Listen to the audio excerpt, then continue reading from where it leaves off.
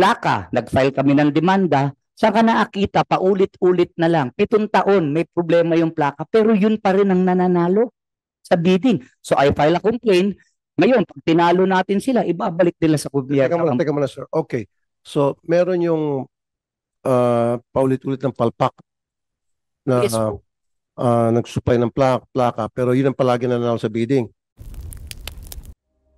Yes, magandang hapon po. Ano? Alam niyo sir, ang punot-punot dulo ng problema sa Land Transpo, matagal ko nang sinasabi, yung pong accreditation, nandoon ang pera. Bidding, awards committee, nandoon po ang pera. Kaya nakikita nyo lahat ng problema natin na pinag-uusapan, mapa MRT, LRT, nagkamali na yung nagbid, yung nakakuha, pero wala silang sanction because malalakas, may mga lagay. Sinasabi ko na paulit-ulit ko pong sinasabi, bakit nagkakaroon ng aksidente sa bus and truck? Hanggang ngayon, inunang private motor vehicle inspection center, yung mga kotse. Ba't hindi yung truck at saka yung bus na maraming laman? Papaliwanag nila, wala raw pong gustong magnegosyo. Sinabi ko sa DOTR, how many years?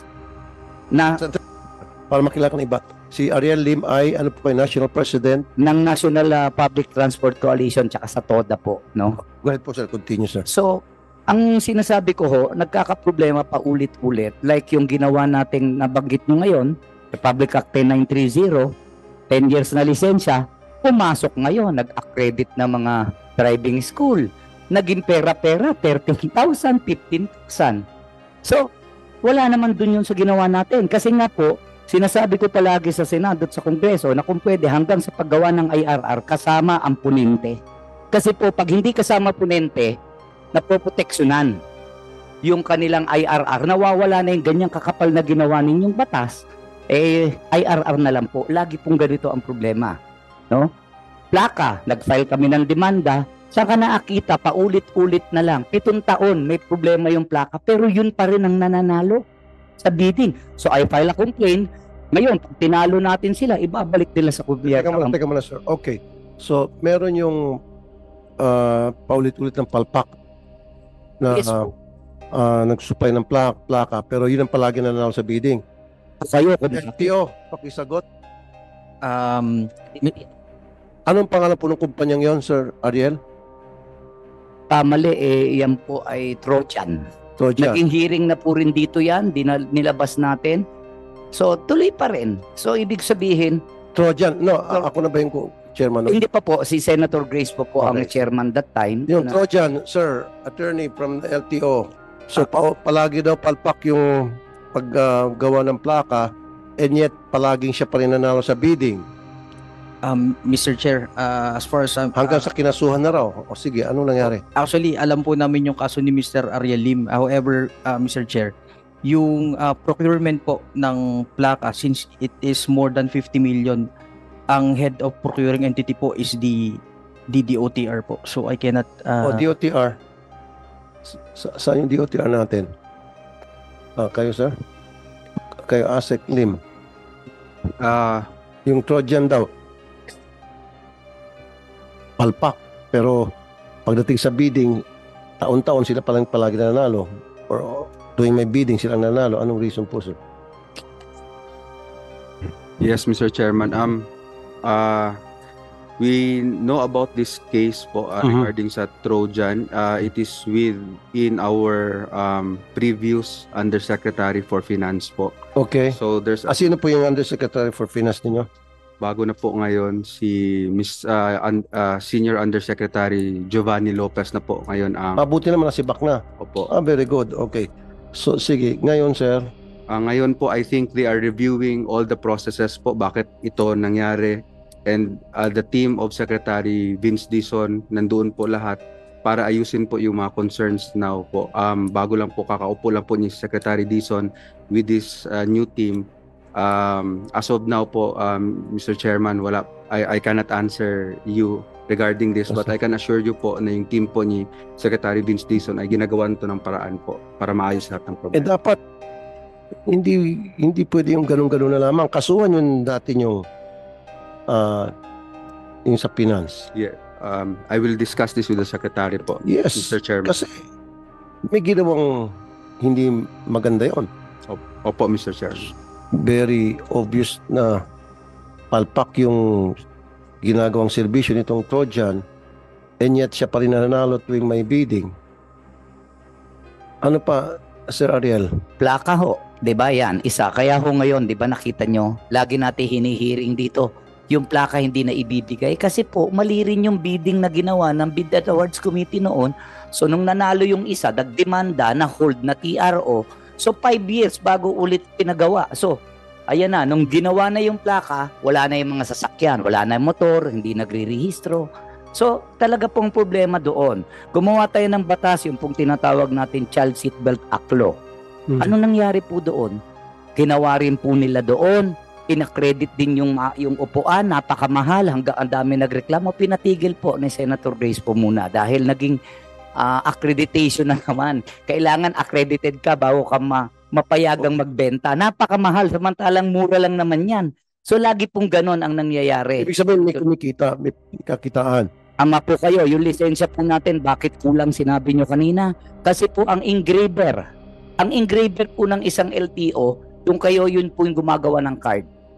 Ang engraver po na makamahal na binibenta ng LTMS ngayon. Milyon. Samantalang ang halaga lang po niyan, kung titignan natin, punta ka sa iba, nasa 300 to 400,000, may engraver na. Kaya po, ginawa ni Asek Pigor, nung nag-meeting kami, kasi nakikinig na, I'm happy dahil nakikinig na yung DOTR this time eh. Yung pong mga luma, pina-repair na muna. Kasi kung bibili yung pong natin, yung mga LTO natin, yung pong kaninang tinuturo nyo dyan sa natin na merong mga extension office. Pag extension office po, kailangan talaga may engraver. Mahal po yan. So yun ang nagiging problema. Sinasabi ko na rin sa kanila, andyan kayo, andyan ang committee, dapat bago maggawa ng general appropriation, tignan nila kung anong kulang, di po ba? Ang nangyayari, inuuna pa. Maganapunta po kayo sa lahat ng mga LTO regional office. Makikita ninyo, yung mga binibili nilang gamit, hindi nagagamit. Ginastusan. Kini-question ko, bakit tatlo-tatlo yung makina na yan, pag brown out, hindi nyo naman nagagamit. Kasi, mas daling kumita roon. Ako po, may 40 years na ako dito sa transportation. So alam na alam ko kung saan nagiging problema. So ang problema, wala pong gustong makinig kasi hindi po lahat ng nakaupo marunong, yung iba personal interest para kumita. Hindi naman para magsilbi sa tao. Yan po katunayan. Kaya ang daming problema ngayon na lumalabas na iilan na lang kami na nagrereklamo at nagsasabi baguhin ang sistema. And happy kay Secretary Dizon ngayon, nakikinig pati sa PUBMP, si Mon Reyes, si La Pastor, si Jose Pastor, ngayon po nakipag-usap na at sana naman kinig na para matapos na po itong problema natin. Ang DICT, nakita ko, kanina ko pa tinitingnan, yung LTMS, magbabayad kami sa Paynamix, kaya nyo naman, di ba? Nasa inyo dumaan, ba't kami kailangan magbayad ng 70 pesos? Hindi alam ng tao yan, wala sa batas, isiningit. Sino kumikita dyan? Hanggang ngayon, hindi nyo maipaliwanag, hindi maipaliwanag sa amin. Pag nagki-question tayo sa Senado, pag dinala ko po sa inyo, salamat Senator at nabubuksan na po ninyo lahat para po maayos. Yung sabi nyo naman po kanina, nagbabayad ng toilet, bakit po? Kasi po, yung mga bus terminal, private po ang may-ari yan. Yan na naman po, binigyan na naman ng accreditation na yun ang gagawin terminal. So, nagbabayad ka ng toilet kasi hindi naman mga bus company ang may-ari niyan. Private companies po. Private owners. Companies Opo, private owners. sa LTFRB. Hindi po, yung mga terminal po ng ng bus. Kaya nga, pero dapat i-absorb na ng bus company yung serbisyong pagbibigay ng free toilet. Tulad po sa Davao City, government yan, yung DICT doon. Government, sa Ecoland, so libre. Pag-private, may bayad. Yun ang nangyayari po talaga. Balik mo tayo sa engraver. I'm interested sa engraver. So, LTO. Yes po, Mr. Chair. So, may problema pa rin ba tayo sa engraver na binanggit ni Mr. Lim?